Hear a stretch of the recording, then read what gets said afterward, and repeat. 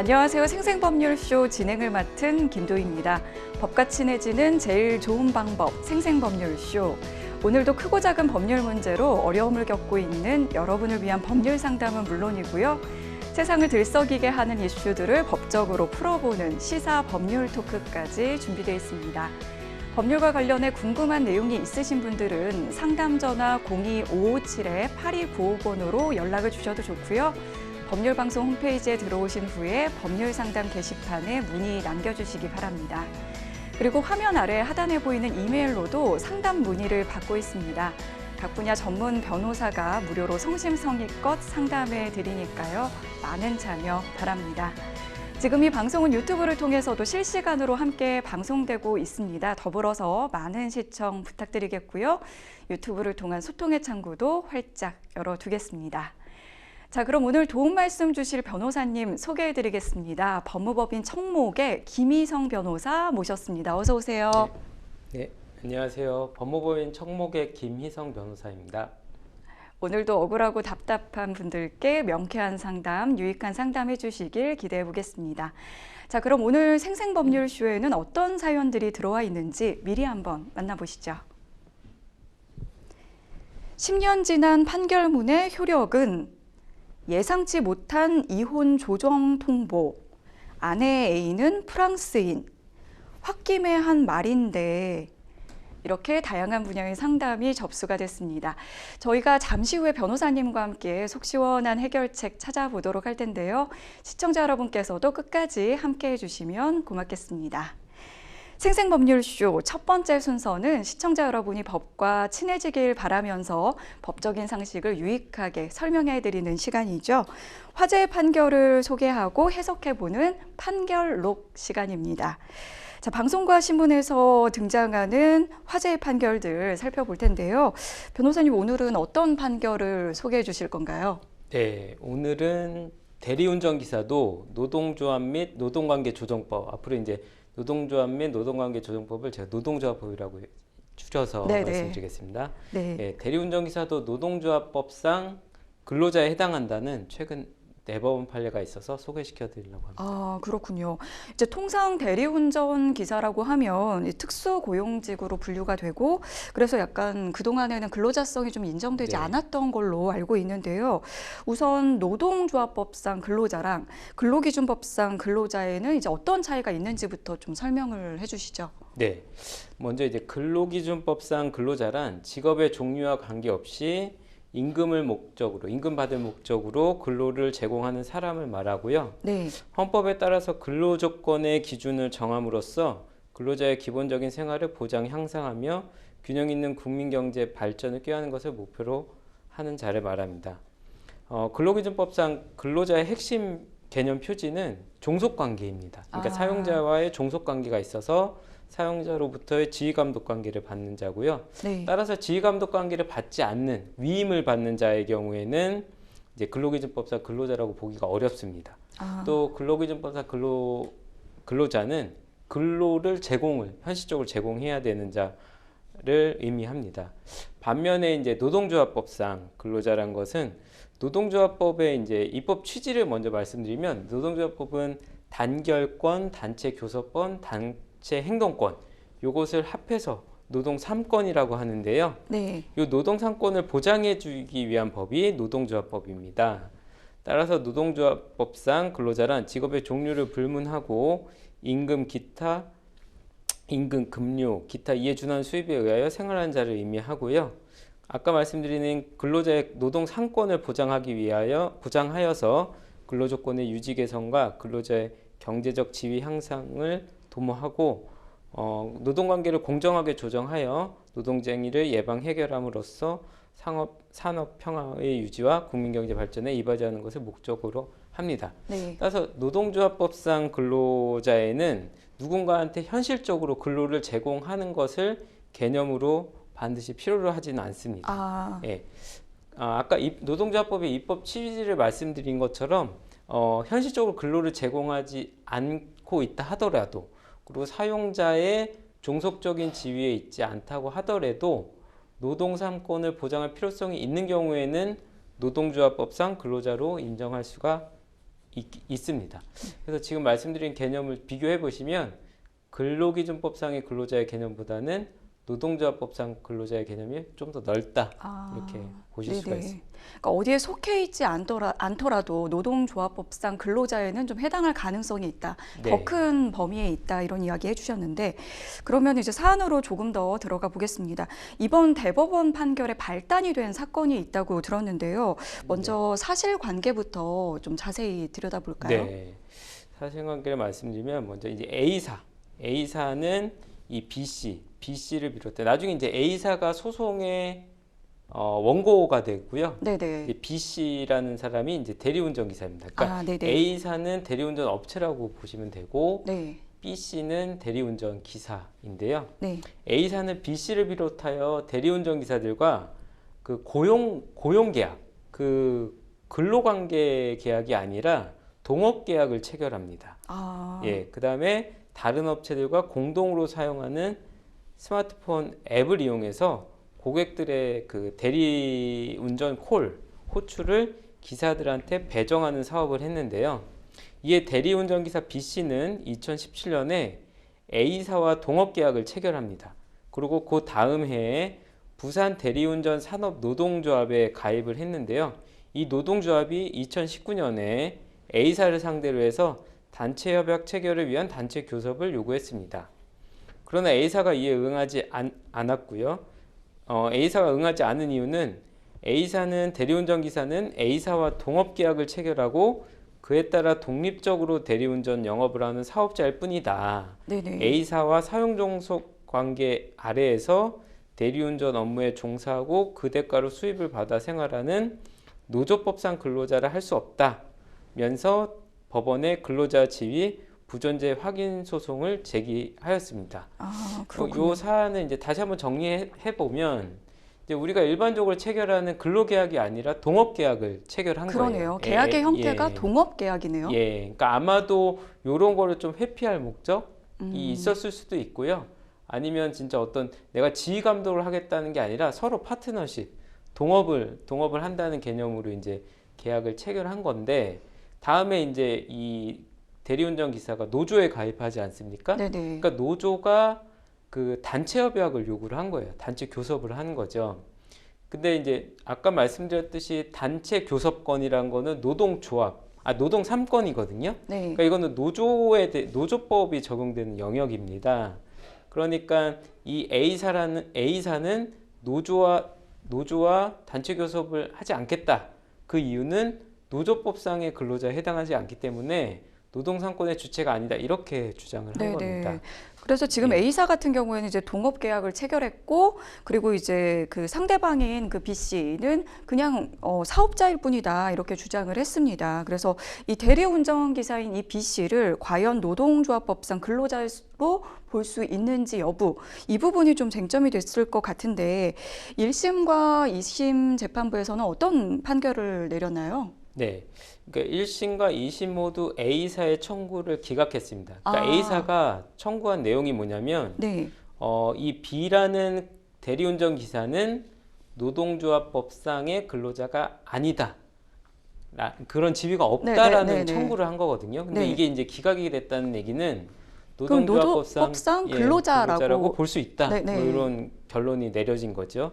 그 이유를 살펴보면 재판부는 대리운전 업체가 아까 앱을 이용해서 콜을 배정한다고 하지 않았습니까? 네. 그 앱을 통해서만 대리운전을 할 수 있고, 그리고 아까 얘기한 그 동업계약의 내용을 일방적으로 A사, 그 업체가 일방적으로 결정하고 있고, 또 그 대리운전 기사가 A사한테 상당하게 전속돼 있다. 그러니까 그 업체를 위해서만 일하도록 이런 구조가 되어 있다는 거죠. 그렇군요. 그리고 A사가 B에 대해서 대리운전 기사에 대해서 지휘 감독권을 행사하고 있다. 이런 점 등에 비추어서 B라는 대리운전 기사한테는 노동 3권, 아까 말씀드린 단체 교섭권, 단결권, 단체 교섭권, 단체 행동권, 이 노동 3권을 보장이 필요하다. 그렇기 때문에 노조법상 근로자로 봐야 된다. 이렇게 결론을 내린 것입니다. 아, 그렇군요. 아까 이제 동업 계약이라고 했을 때 실질적인 어떤 그런 고용 관계를 좀 회피하려는 그런 의도일 수도 있다고 했는데 네. 정말 실제를 들여다봤더니 이제 전속돼 있었고 지휘 감독을 받았다 이런 부분을 좀 살펴본 것 같습니다. 그래서 이제 근로자라고 판단을 했던 부분인 것 같은데 1심과 항소심에서는 이제 이 A사가 이제 던 건데요. 그런데 A사가 연이은 패소 판결에도 이제 이를 받아들이지 않고 상고심까지 이제 갔습니다. 그래서 결국 대법원 판결 결과는 이제 어떻게 된 건가요? 네. 그러니까 대법원도 이제 상고를 기각함으로써 네. 원심의 판단이 옳다 이렇게 결론을 내렸고요. 아, 그럼 그러니까 한번 결국은, A사는 네. 한 번도 이긴 적이 없는 게 되네요. 예, 그렇게 된 거예요. 대법원이 이제 원심의 판단이 옳다라고 판단을 하면서 또 이렇게 입장을 내놨는데요. 그 B씨 대리운전 기사의 소득이 A사와 협력된 업체로부터 배정받은 콜을 수행함으로써 받는 수입에 의존하고 있다. 그러니까 내가 어떤 근로를 제공을 하고 그 대가로 임금을 수령하고 있다. 이렇게 네. 봤고요. 그리고 배정받은 콜을 뭐 쉽사리 거부할 수 있는 구조가 아니다. 그러니까 일을 시키면 일을 할 수밖에 없는 구조이다. 그래서 이제 종속관계에 있다라고 봤고요. 자율성이 없었다고 예. 봐야겠네요. 그래서 네. 사실상 보수라는 것도 내가 자율적으로 받는 게 아니라 회사에서 결정하는 거다. 이렇게 보면서 그러니까 대리운전 기사 B씨가 A사한테 상당한 정도로 전속되어 있고 그 기간도 상당한 기간 지속되어 있다.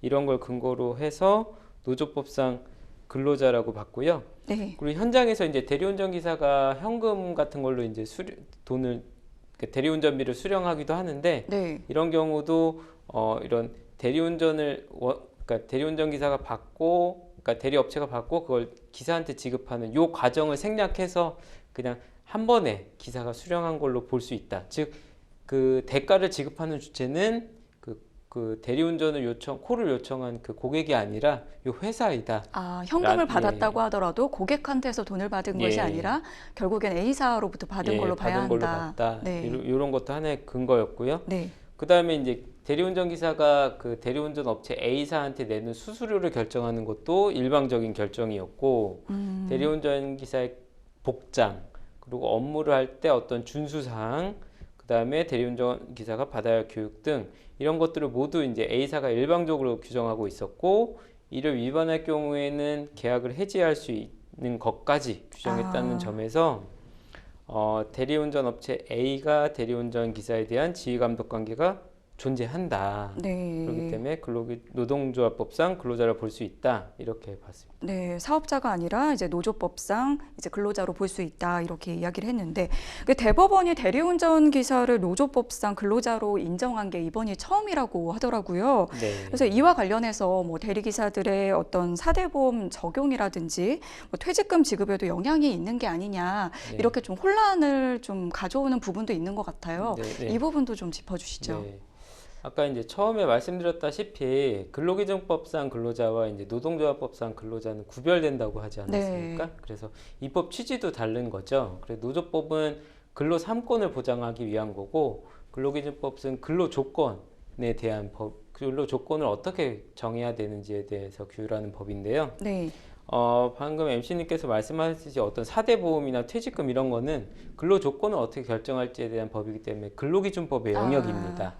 그래서 제가 방금 소개드린 판례는 근로기준법상 근로자를 해당하는지를 판단한 게 아니기 때문에 네. 노동조합법상 근로자인지에 해당하는 법이기 때문에 그 사대보험 적용이나 퇴직금 뭐 어떤 그 수당 이런 네. 것들이 바로 적용된다 이렇게 볼 수가 없어요. 네. 그러니까 지금 소개해드린 판례는 아까 말씀드린 노동 3권, 노조를 통해서 어떤 단결권, 단체 행동권, 단체 교섭권 이런 노동 3권을 행사할 수 있는 주체가 될 수 있는지를 지금 판시한 거고요. 그럼 근로조건에 대한 결정은 근로기준법상 근로자인지가 문제가 돼서 그게 인정돼야지만 가능한 겁니다. 네. 제대로 짚어주셔서 이렇게 좀 혼란을 겪는 분들에게 잘 설명이 된 것 같습니다. 특수형태 근로자의 근로자성을 인정하는 판례가 요즘에 꽤 늘고 있는데요. 그동안 이제 노동권의 사각지대에 있었던 특수고용 노동자들의 노동권을 인정하는 방향으로 이렇게 판결 흐름이 뚜렷해지고 있습니다.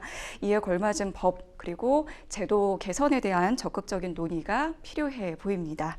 지금까지 판결록 함께 하셨고요. 여러분은 지금 생생법률쇼를 시청하고 계십니다.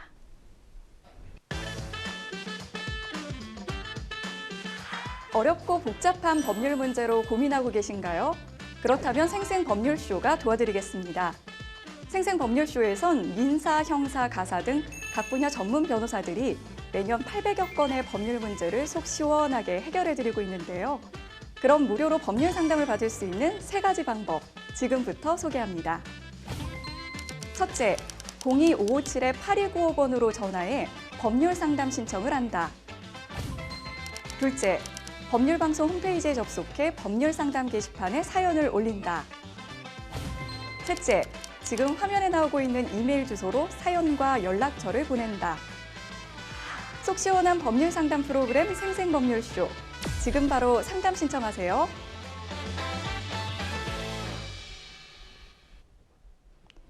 지금부터는 생생법률쇼가 자랑하는 성심성의 무료 법률 상담 시작해 보겠습니다. 전화 연결이 돼 있는데요. 전화 받아보겠습니다. 안녕하세요. 안녕하세요.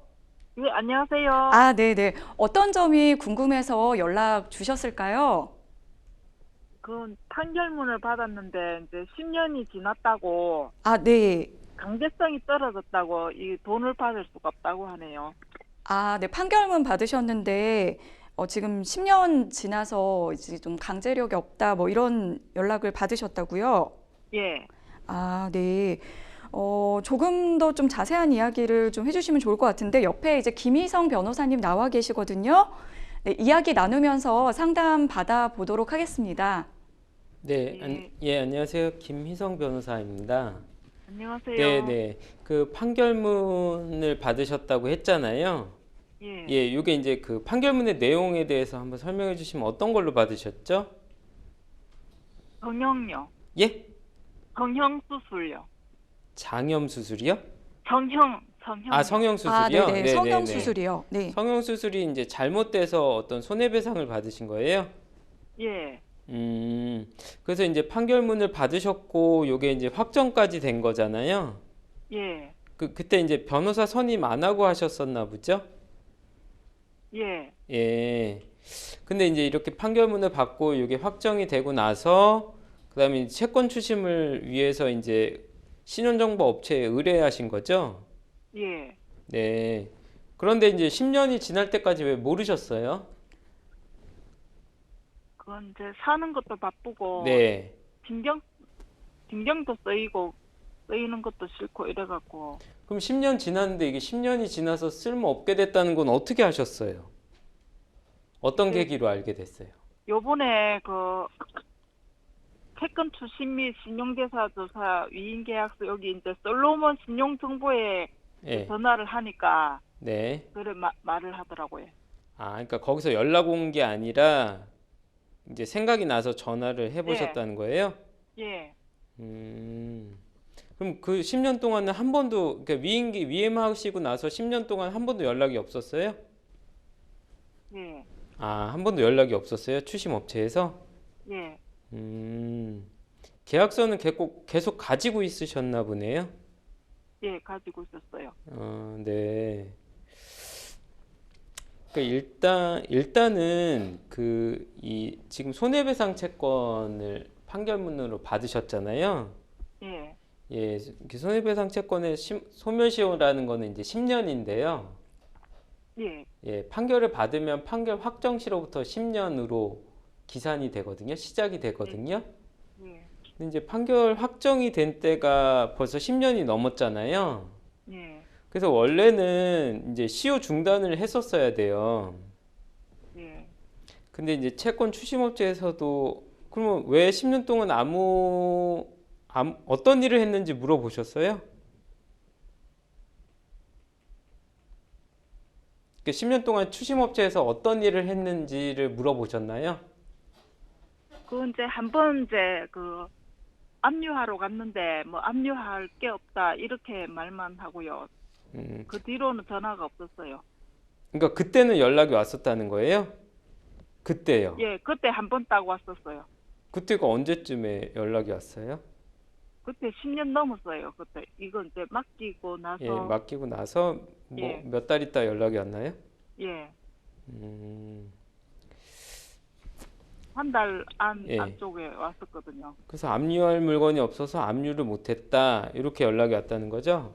예, 그러니까 압류를 원래는 했었어야 이제 시효가 압류가 걸려 있는 동안에는 이제 시효가 정지가 되거든요. 중단이 되는데 이제 압류할 물건이 없었으니까 압류를 아예 할 수가 없는 상황이잖아요. 예, 그러니까 시효 중단 없이 계속 10년이 흘러간 거예요. 예, 그런데 이제 그 계약서를 보면은 추심위임 계약서를 보면은 위임 업무의 범위라는 게 있어요. 4조에. 예, 예, 4조 1항 5호에 보면은요. 거기에 이제 그 5호에 단 채권 소멸 시효 연장 등 시효 관리 업무는 제외한다. 이렇게 나와 있어요. 예, 그러니까 시효 연장을 지금 하지 않아서 지금 이런 결과가 나온 건데 그 업무에 대해서는 채권 추심 업체의 업무로 위임하지 않는다는 거예요. 이 계약서에 의하면. 이해되셨어요? 예, 예, 그러니까 채권 추심 업무가 시효 중단을 할 의무는 없는 거예요. 업무의 범위에서 빠져 있기 때문에. 그쵸? 예, 예, 그렇기 때문에 그 업체한테 왜 너네가 그 시효 중단 업무를 하지 않았느냐, 이렇게 좀 책임을 묻기는 이 계약서상으로는 어려워 보여요. 예. 그런데 이제 그 종료가 됐을 때 한 번도 통지가 우리 이게 계약 기간이 1년으로 돼 있잖아요. 계약 기간 1년인지 모르셨어요? 예, 1년으로 돼 있고 아무런 얘기가 없으면 1년씩 연장하는 건데 계약 종료에 대한 통보도 없으셨다는 거죠? 예, 계약을 우리 종료하겠다 이런 서면 통보 받으신 적이 없죠? 예, 그래서 이제 계약은 지금까지 존속하고 있다고 볼 수 있을지라도 아까 말씀드렸다시피 이게 위임 업무에서 제외돼 있기 때문에 업체한테 어떤 책임을 묻는 거는 좀 어려워 보여요, 지금은. 예. 그러면은 그럼 어떻게 했으면 좋겠습니까? 그 외에는 지금 소멸시효가 완성됐기 때문에 어떻게 방법이 없는 상태예요. 시효가 완성되면 지금 이미 채권의 시효가 완성되면은 재판으로 어떻게 청구를 더 할 수가 없거든요. 예, 예. 물론 이제 뭐 상대방한테 이렇게 뭐 소송을 제기할 수는 있지만 상대방이 소멸시효가 완성됐다라고 주장을 하면은 기각이 될 수밖에 없어요. 다른 사람 좀 바꿔드릴게요. 네. 여보세요? 네네. 예, 잘 바꿨습니다.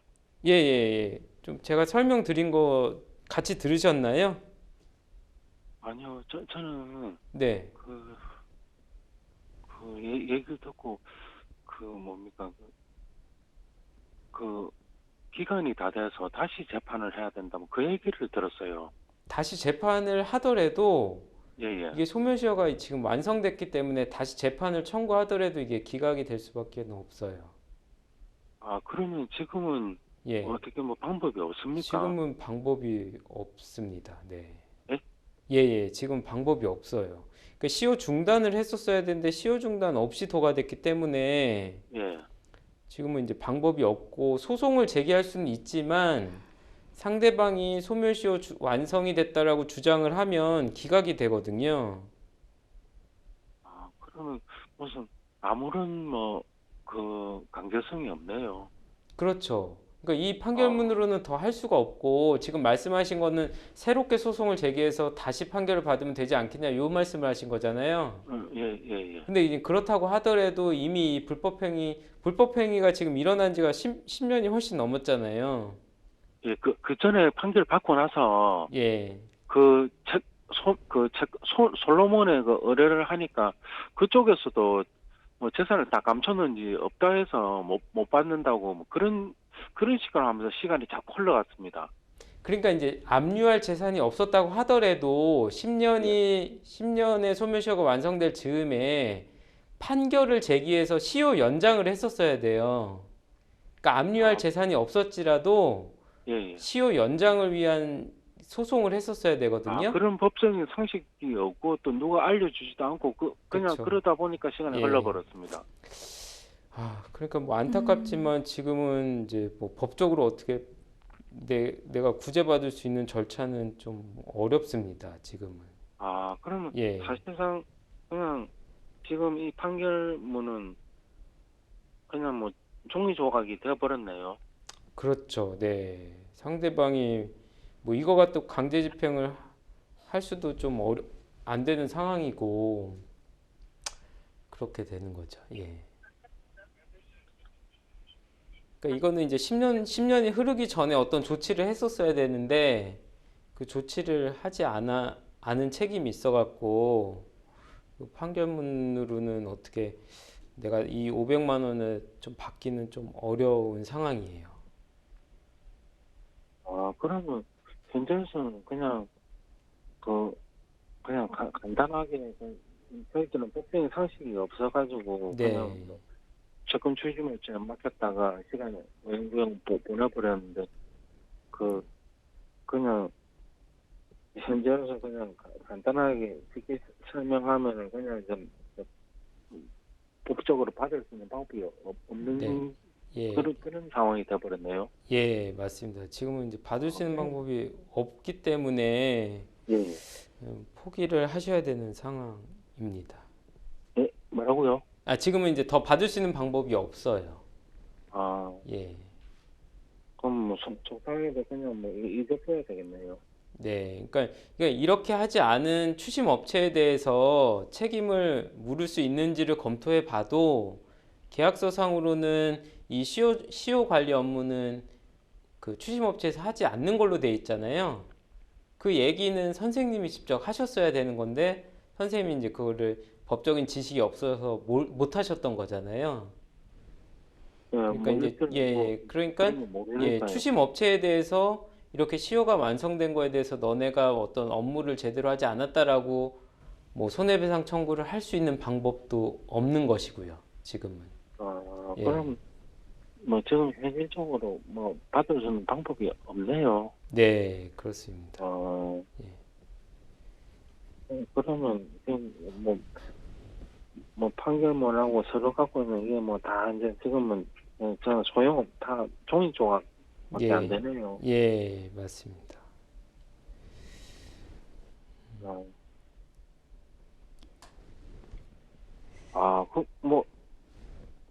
그래도 자꾸 뭐 판결문 갖고 있다가 미련이 남아서 그런데 뭐 달리 뭐 다른 방법이 없는 겁니까? 네, 다른 방법이 없어요. 지금 10년이 지나기 전에 어떤 조치를 취했어야 되는데 지금 뭐 그런 조치를 아무것도 취하신 것이 없기 때문에 방법이 좀 없습니다. 네네. 네, 사실 이런 상황이 제일 좀 저희가 안타까운 좀 경우거든요. 예. 예, 지금 이제 그 법적으로 이제 10년이라는 그 기간이 이제 지나기 전에 이제 어떤 조치를 취하셨으면 되게 좋았을 텐데라는 말씀만 이제 좀 반복해서 드리고 있는 상황이라서 지금 현실적으로 이제 할 수 있는 게 없는 지금 네. 상황인 것 같습니다. 네, 그래서 일단은 지금 상황이 그렇다는 부분을 좀 알려드려야 하는 것 같고, 오늘 상담 이제 저희가 시간 관계상 여기까지 이제 진행을 하도록 할 텐데요. 이제 추후에 또 혹시 또 궁금하신 점이 있으시면 전화 주시면 고맙겠습니다. 네. 법적인 상식이 없다 보니까 좀 답답하고 미련이 남아서 그런데 다시 재판해도 아무 의미가 없다는 거죠.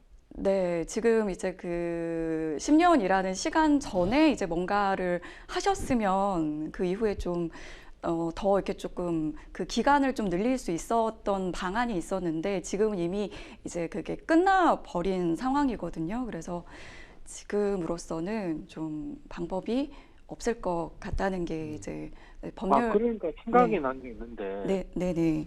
이게 10년이 지나도 네. 뭐 대법원 판례에서 그 탈지 그 몰라서 다시 연장을 했다 얼핏 그런 사례를 본 것 같아요. 아, 그런 거는 아마 그 중간에 어떤 조치를 취하셨던 경우가 아마 있으셨을 거고요. 그게 이제 아니면 이제 그 연락을 취하기 어려웠던 어떤 사정, 예를 들어서 이게 좀 어디에 감금이 됐다든지 그런 좀 불가항력적인 어떤 뭔가가 있어야지만 그게 아마 굉장히 예외적으로 받아들여졌을 수도 있겠습니다만 일반적으로는 그냥 일반인 분들이 그 시간 동안에 아무런 조치를 취하지 않은 부분에 그 책임을 본인에게 좀 가지고 있다라고 보는 게 지금 현재 좀 판례 입장입니다. 그래서 그 부분에 대해서는 혹시 이제 추가적으로 혹시 궁금하신 게 있으시면 다시 한번 연락 주시기 바랍니다. 네, 전화 주셔서 고맙습니다. 네, 알겠습니다. 네, 감사합니다. 네, 굉장히 좀 안타까운 네. 상황인데 오늘 드린 좀 말씀을 바탕으로 좀 마음을 좀 잘 진정하셔야 되지 않을까라는 생각이 듭니다. 여러분은 지금 생생법률쇼와 함께하고 계십니다.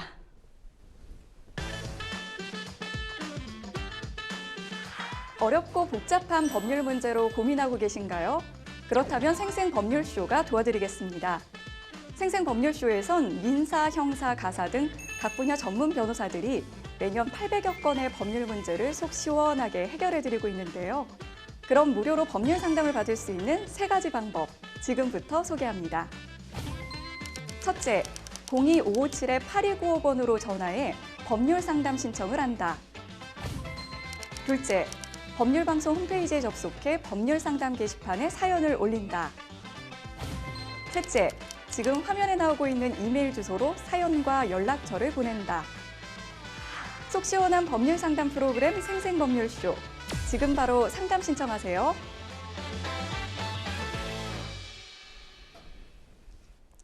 자, 이번에는 법률방송 이메일을 통해 들어온 여러분의 고민을 해결해 드리도록 하겠습니다. 어떤 사연인지 함께 보시죠. 배우자와의 갈등으로 이혼 소송을 앞두고 있는데 재산 분할과 양육권 문제로 타협점을 찾지 못하고 있어요. 그런데 며칠 전 가정법원으로부터 이혼 조정에 붙여졌다는 예상치 못한 연락을 받았습니다. 제 의사와 상관없이 법원의 직권으로 결정된 조정 회부에 솔직히 너무 당황스러웠는데요. 배우자 얼굴을 보면 화를 참을 수가 없는 지경이라 대면은 최대한 피하고 싶은 마음인데요. 조정기일에 제가 꼭 참석해야만 하는 걸까요? 가정법원에 조정사건 전담 판사님이 있다고 듣긴 했는데 판사님이 조정 과정에 직접 참여하시는 건지 아니면 다른 전문가가 입회하는 건지 궁금합니다. 그리고 조정에 참석하더라도 저나 제 배우자나 서로 각자의 입장만 주장할 텐데 입장차를 좁히지 못하면 소송으로 곧장 진행되는 건가요? 혹시라도 조정이 성립된 후에 상대가 불복하진 않을까 걱정도 되는데 그렇게 되면 어떻게 대응하면 좋을지도 조언 부탁드립니다. 네, 굉장히 여러 가지 절차가 다 지금 궁금하신 것 같습니다. 그리고 이제 좀 바로 소송을 가지 않았을까 이렇게 좀 예상을 하셨던 것 같아요. 그래서 이제 그 법원의 직권으로 이렇게 조정 회부가 된 상황에 좀 당황을 하신 것 같은 그런 모습입니다. 변호사님 우선 이 소송이랑 조정이랑 어떻게 다른지부터 알려주시죠. 조정이 이제 성립이 되면 판결과 동일한 효력이 있습니다. 그래서 소송의 산물은 판결이고요. 조정이 성립되면 이제 조정 조서에 기재가 되는데 조정 조서에 기재가 되면 그 효력이 곧 판결문의 효력이 있습니다. 그러니까 둘 다 효력은 동일하다 이렇게 보시면 되고요. 다만 이제 조정이라는 거는 쌍방의 의사가 합의가 돼야 이루어지는 거고 판결은 쌍방의 의사 합치와 무관하게 법원이 일반적으로 판단을 내리는 것이죠. 근데 이 부분이 이제 당황스럽다고 하신 거는 그러니까 이혼 소송을 제기했다는 얘기는 이제 재판상 이혼 청구를 했다는 건데 이혼 소송을 제기하게 되면은 반드시 먼저 조정을 거치게 되어 있습니다. 이를 조정 전치주의라고 하는데요. 그래서 만약에 당사자가 조정 신청을 하지 않은 채로 소장이 들어오면 법원이 이제 특별히 예외적인 경우가 아닌 이상 조정으로 직권으로 회부를 하게 되는 것이죠. 네. 그래서 이제 그 부분이 당황스러우셨다 이런 얘기를 하는 것이고요. 네. 뭐 조정과 소송 그 외에 여러 가지 차이가 있습니다. 이제 조정에서는 뭐 이혼 재산 분할이라든가 뭐 위자료 청구, 뭐 미성년자 양육에 관한 여러 가지 사항 등을 자유롭게 합의를 해서 그걸 기재를 할 수가 있어요. 근데 이제 이혼 소송회 같은 경우는 이혼을 하냐 안 하느냐 이런 거에 대해서 이제 판단을 하게 돼 있고 그 외 재산이나 뭐 위자료에 대한 문제 등은 이제 나중에 별도의 소송이나 합의를 통해서 해결하도록 이렇게 되어 있습니다. 네. 그러니까 조정 신청을 따로 그렇게 하지 않아도 이제 보통은 네. 이제 조정을 거치도록 하는 경우가 대부분 많다. 네. 이런 얘기를 해주셨고 네. 지금 배우자랑 이제 얼굴을 이렇게 마주 보는 것 대면을 좀 최대한 피하고 싶다 이런 이야기를 했는데 네. 뭐 조정 기일에 이 상담자님이 꼭 참석해야 하는 걸까요? 네. 만약에 변호사가 선임이 되어 있으면 당사자는 참석하지 않아도 됩니다. 아, 예, 변호사가 대신 참석해도 되고요. 만약에 그러면 변호사가 선임되어 있지 않으면 당사자가 참석을 해야 되는데 네, 이 경우도 좀 방법이 있기는 합니다. 네, 뭐냐면은 이제 내가 출석은 하진 않지만 그 아내와 남편이 이혼에 대한 의사합치가 있다. 그러면 1박만 출석을 하면 서로 대면할 일이 없겠죠. 네, 그 상태에서 출석한 일방 당사자가 우리가 이렇게 합의가 됐으니 뭐 강제 조정을 내려달라 아니면 화해 공고 결정을 내려달라 이렇게 요청을 할 수가 있습니다. 네, 그럼 이제 법원에서 그 화해 공고 결정이나 강제 조정 결정을 하게 되는데요. 네, 그걸 송달받은 날로부터 2주 내에 이의를 제기하지 않으면 네. 조정이 성립한 거랑 동일하게 판결이 내려진 거랑 동일한 효력을 갖게 되니까 이렇게 하면은 이제 뭐 굳이 대면하지 않고도 이렇게 해결할 수 있는 그런 방법이 있는 것이죠. 아, 네. 그리고 이제 이 부분도 궁금해 하셨던 게 이 조정 사건 전담 판사님이 있다고 듣긴 했는데 조정 과정에 이제 뭐 판사님이 직접 참여하시는 건지 뭐 이런 부분을 좀 궁금해 하셨어요. 네. 이 가사 사건의 조정은 어떤 분들이 좀 네. 맡게 되나요? 그러니까 가사 조정에는 이제 조정장이 있고요, 조정위원이 있는데요. 조정장은 한 명인데 판사가 조정장을 하게 되고요. 네. 조정위원은 뭐 통상적으로는 뭐 변호사나 교수 같은 분으로 구성이 되는데 조정위원은 2명입니다. 그래서 네. 이렇게 3명이 가사조정위원회를 구성하게 되어 있어요. 그렇군요. 그러면 조정기일에 이제 뭐 어떤 서로 간의 입장차를 지금 이렇게 좁히지 못하면은 그 다음에는 이제 곧바로 소송으로 진행이 되나요? 이 부분도 좀 궁금해 하셨거든요. 네. 그러니까 조정기일의 입장차가 좁혀지지 않는다라고 하면은 이제 조정이 성립하지 않았다는 거죠. 그러면 이제 바로 소송 절차로 들어가게 되고요. 그렇지만 조정이 성립하지 않았지만 법원이 강제 조정을 내리는 경우도 있습니다. 네. 강제 조정을 내리면은 그 당사자 쌍방 중에 한 명이라도 이의를 제기하면 소송 절차로 가게 되는 것입니다. 그렇군요. 그리고 이제 마지막으로 좀 궁금한 게 이제 조정이 성립된다고 하더라도 이에 불복하지 않을까 이 부분이 또 걱정이 된다고 하셨거든요. 네. 그러니까 조정이 성립되면 재판상 화해와 동일한 효력이 있고요. 그것은 꼭 판결과 동일한 효력이 있다는 것이거든요. 판결이 확정되면 불복할 수 없는 거잖아요. 그런 것처럼 조정이 성립되면 불복할 수 없다라는 것을 주의하셔야 됩니다. 네, 예. 그렇군요. 마지막으로 상담자님께 조언 한 말씀 부탁드리겠습니다. 그러니까 제가 지금 말씀드렸다시피 이혼의 방법은 좀 여러 가지가 있어요. 뭐 이혼 조정 제도를 이용할 수도 있고요. 뭐 협의 이혼을 이용할 수도 있고 재판상 이혼을 이용할 수도 있고 또 재판상 이혼을 했지만 조정이 회부돼서 조정을 거쳐야 되기도 하고 거기서 강제 조정이 내려지기도 하고 등등 여러 가지가 있습니다. 근데 그 방법들마다 장단점이 있어요. 뭐 걸리는 시간도 다르고 거기서 결정되는 사항들도 다르기 때문에 어느 절차가 나와야 맞는지는 좀 변호사와 상담을 잘 해보신 다음에 결정하시는 것이 좋겠습니다. 네. 당황하지 마시고 이제 여러 가지 절차를 잘 따지셔서 원하시는 결과 얻으셨으면 좋겠습니다. 계속해서 이제 다음 이메일 사연 만나보도록 하겠습니다. 저는 결혼 9년 차로 7살 아들이 있습니다. 제가 하는 일의 특성상 현장 근무가 많아 아내와는 주말 부부로 지내고 있는데요. 그러던 중 모처럼 일이 하루 일찍 끝나 금요일 저녁에 집으로 왔고 우연히 아내의 컴퓨터 메신저를 보게 됐습니다. 그러다가 아내에게 애인이 있다는 사실을 알게 됐는데요. 그것도 프랑스인이었습니다. 저는 메신저를 확인한 후 아내를 불러 따져 물었는데요.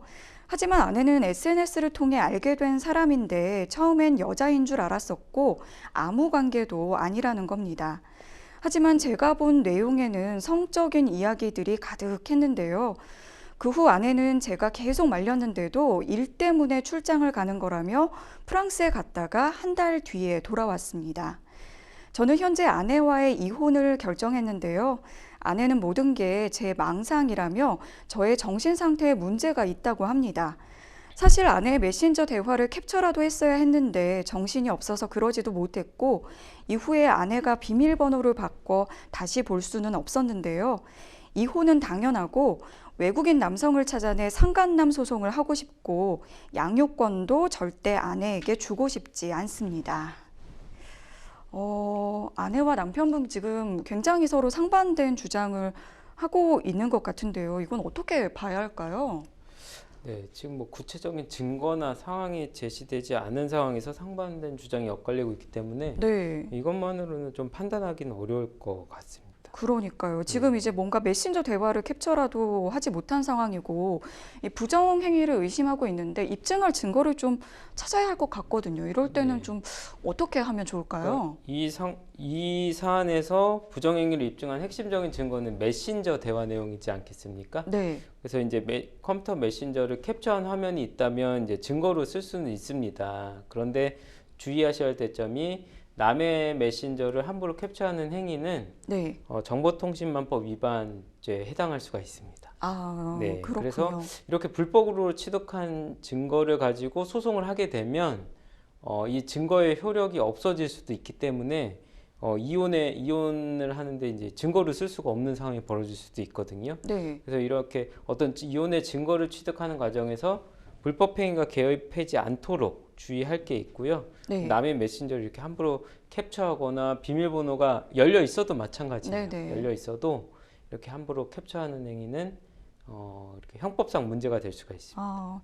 그러면은 뭐 추후적으로 조금 더 기다려서 어떤 증거를 확보해야 할지 지금 사연자분께서는 지금 프랑스로 이제 지금 출장차 다녀온 걸 가장 의심을 하고 있거든요. 네. 근데 어떻게 좀 뭐 증거를 확보할 수 있을지 좀 예, 궁금합니다. 뭐 어떤 뭐 사진이나 카드 지출 내용 뭐 이런 게 이제 또 증거가 될 수는 있겠죠. 네. 거기 가서 뭐 어떻게 돈을 썼고 뭐 아니면은 뭐 어떤 진짜 출장을 이유로 간 것인지 네. 아닌지를 또 확인할 수도 있잖아요. 네네. 이제 그런 증거를 취득할 때 취득 과정을 조심하라는 말씀을 드린 거고, 네. 뭐 그런 증거들이 적법하게 확보가 됐다면 증거로 쓸 수가 있습니다. 네, 그렇군요.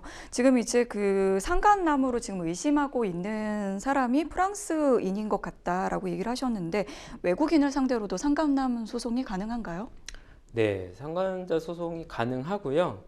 근데 이제 상간자 소송을 할 때 주의할 거는 조금 다른 점은 뭐냐면 이혼 소송이 계류돼 있으면은 그 이혼 소송을 관할하는 가정법원이 상간자 소송까지도 관할을 하는데요. 네. 만약에 이혼 소송을 제기하지 않고, 그러니까 내가 혼인 관계는 유지한 채로 상간자만 상대로 해서 소송을 하겠다.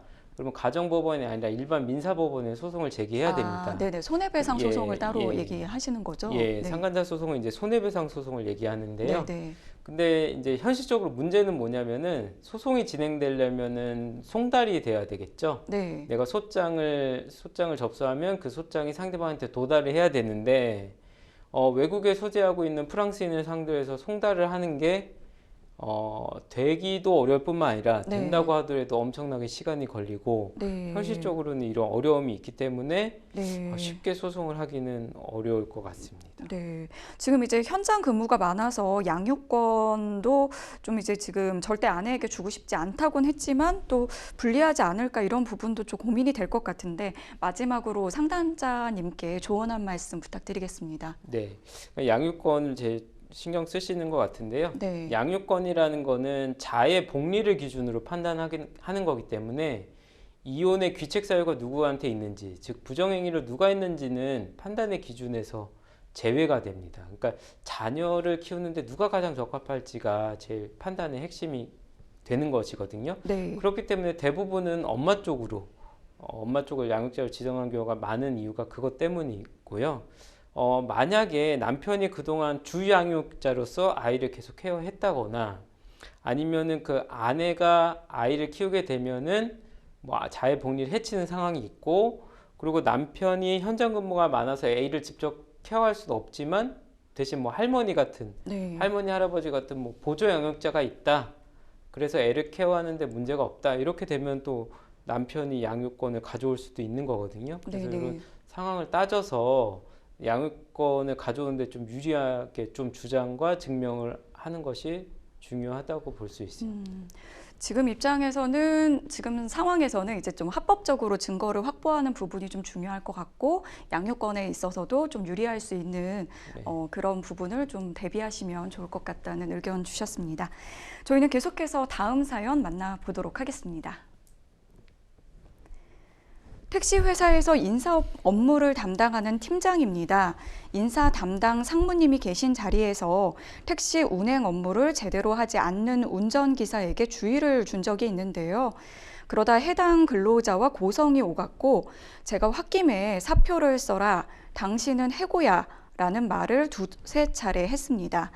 그 운전기사는 다음 날부터 출근하지 않았고, 며칠 뒤 노동위원회에 부당해고 구제 신청을 접수했는데요.